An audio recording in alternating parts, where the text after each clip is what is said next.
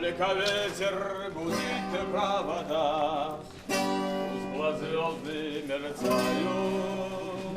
Темная ночь Владимира Агатова снова уводит ветерана войны Камбулата Гайсанова на поля Великой Отечественной. Будучи юношей, он попал на войну, участвовал в партизанском движении. Камбулат также был в числе защитников Малгобека на родной земле. Шрамы на теле и в душе до сих пор напоминают о тех событиях. Но сегодня не повод для грустных воспоминаний. В канун праздника Дня Победы к ветерану приехали с поздравлениями и подарками.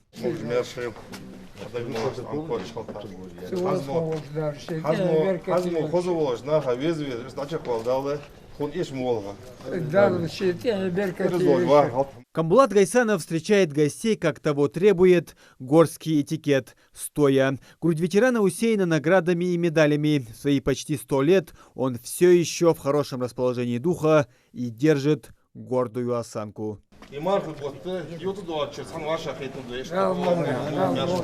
Наши дети, они должны знать, что прошли мы и наши деды и отцы в Великую Отечественную войну. И хотелось бы еще добавить, что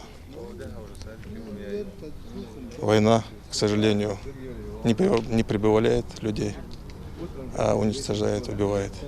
Чтобы больше у нас такого в нашей жизни и нашим поколениям, чтобы этого больше не виделось. С каждым годом ветеранов Великой Отечественной войны становится все меньше. Боевой строй очевидцев самой страшной войны редеет. Время берет свое. В Ингушетии осталось только 2 человека, которые были на фронте, сражались за родину. Отсюда и внимание к ним становится с годами только сильнее. Вы знаете, на самом деле это гордость видеть этих людей вживую, общаться с ними. Мы общаемся с ними не первый год и слушаем истории, которые они пережили. На самом деле люди, которые испытали вот вся тягость этой войны, все ужасы этой войны, и они с такой улыбкой еще рассказывают об этих вещах, которые они пережили, и мы с удовольствием приезжаем в любое время, и у нас только оба позитивных наших ветерана, которые таким с удовольствием рассказывают те вещи, которые происходили в те времена.